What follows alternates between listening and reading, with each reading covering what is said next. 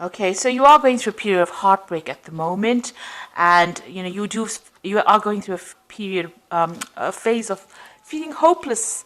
This heartbreak, whatever relationship you came out from, has left you feeling really hopeless, and quite miserable, really. You've been trying to, you may need to get some advice and support from a friend or somebody around you, or you might be looking for advice and support from somebody around you. So you might be receiving that at the moment.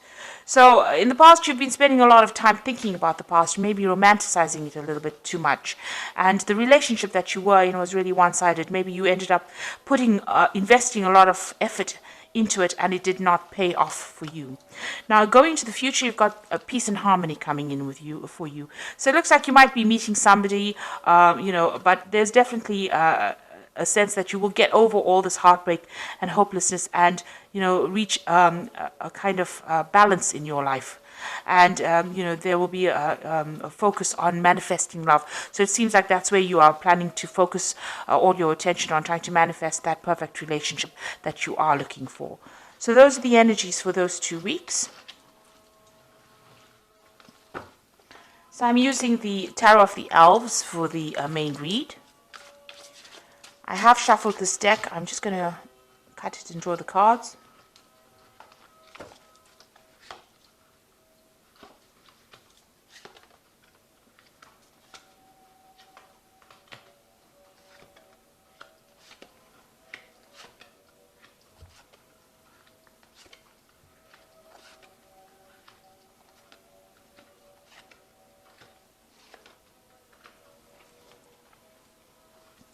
So at the bottom of the deck is the Four of Cups.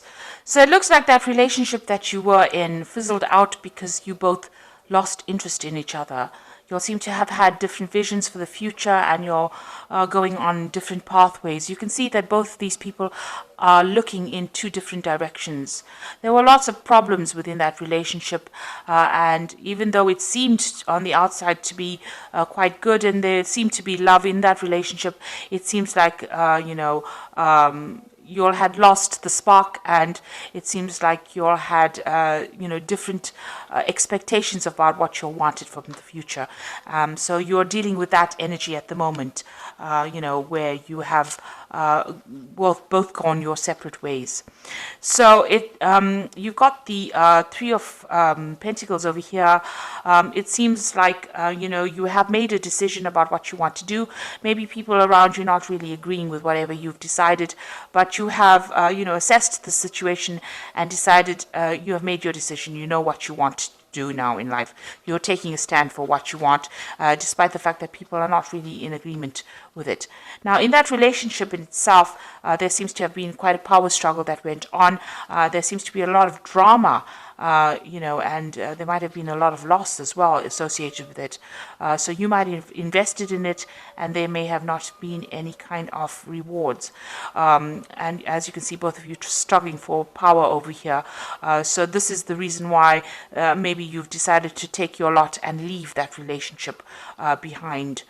Because it seems like there was a lot of drama and a lot of power struggle going on, and you'll seem to have, decided you'll have different goals in mind, and you'll want to move on from each other because, this relationship was not serving the 2 of you. Now, you've got the Star card over here. So in the past, you've been looking, asking for divine intervention, really, been praying a lot. This is being optimistic, but also asking for help, meditating a lot, maybe changing your spiritual practices as well with the Star card. And you've been trying to manifest something new in your life as well in the past few months. So you've been making, different efforts to try and get, maybe you've been trying to bring this relationship back on track, and maybe it hasn't, gone the way that you want, and you have been working very hard at it. And trying, all kinds of tricks up your sleeve to get this relationship back on track again. But maybe because it hasn't worked out, because nothing seems to be going the way that you've been trying to manifest it, you've decided to walk away and leave it behind because it's no longer serving you. So maybe you have decided now to put an end to that relationship. It certainly seems, you have this choice to make, this is an important decision that you're holding back from making. You haven't made it yet because you know that maybe giving up this relationship, the relationship is quite precious to you. This is something important to you, and you have to, sacrifice it in order for you to either get your freedom and move on, or get sacrifice something to get peace of mind, or sacrifice something to get your be able to speak your truth or get your confidence back. So it looks like you are facing some kind of decision, some kind of important decision where something needs to be sacrificed in order for you to move on. Now, what's happening with you? It seems like maybe people working around you have their own agendas. Maybe the person that you're dealing with is also not telling you the truth, or whatever they're doing it for their own personal gain.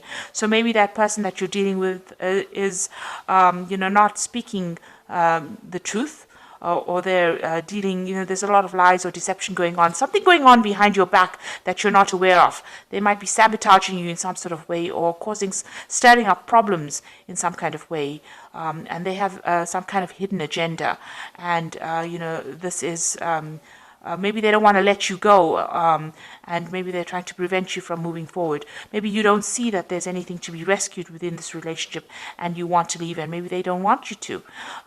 This Knight of Swords can be a bit vindictive, and it can cause a lot of problems as well. And, he tends to, the Knight of Swords tends to be where people say things that are very harsh and very hurtful in order to get their way, in order to get control. They try to control the situation with words by making you feel small or belittle you. So maybe this is the kind of person that you are dealing with at the moment. And maybe this is why you want to end things. You've got the Death card over here, so you definitely want to end things and move on. Let go of the past because you feel that it cannot be rescued, and move on. So your hopes and fears, you feel that whatever promises this person is making to you is not based in reality. You've got this Knight of Cups over here, which tends to be a bit of a dreamer card, but it also tends to be somebody who, lies, really, presents something that's too good to be true, and it generally usually is too good to be true. So they may have made promises to you, and they're not living up to the expectations. They're pretending, that they can deliver certain promises to you, and they're not doing that. So, it's almost as though whatever they're saying is larger than life. Maybe you're tired of having promises being made and not being fulfilled. So, you don't want to continue in that kind of relationship. So you've got the Seven of Cups, Seven of Rods over here, and in this deck, it's usually defending yourself against any kind of problems, but in this deck, it's about feeling restless, feeling tied down, feeling like whatever you have is not good enough for you, there's something else out there, something better for you out there, and you are. In this deck, this King of Cups is about restraint, holding back on your feelings, sitting and waiting for things to happen, waiting for things to come to light. So you are holding back a little bit, expecting changes to come. You're waiting for these changes to come. The King of Cups could also be a water sign person that you're dealing with, Cancer, Scorpio, Pisces. Maybe you're waiting for them to make some kind of decision, or you're waiting for things to change, and this is not happening at this particular moment. So it seems like, you want to move on. You want a new direction. You want to start something brand new.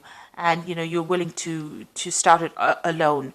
So it seems like you want to, branch off on your own. Maybe you want to travel or start some kind of new venture where you do it by yourself and, leave behind a relationship that, you might be bored in that relationship.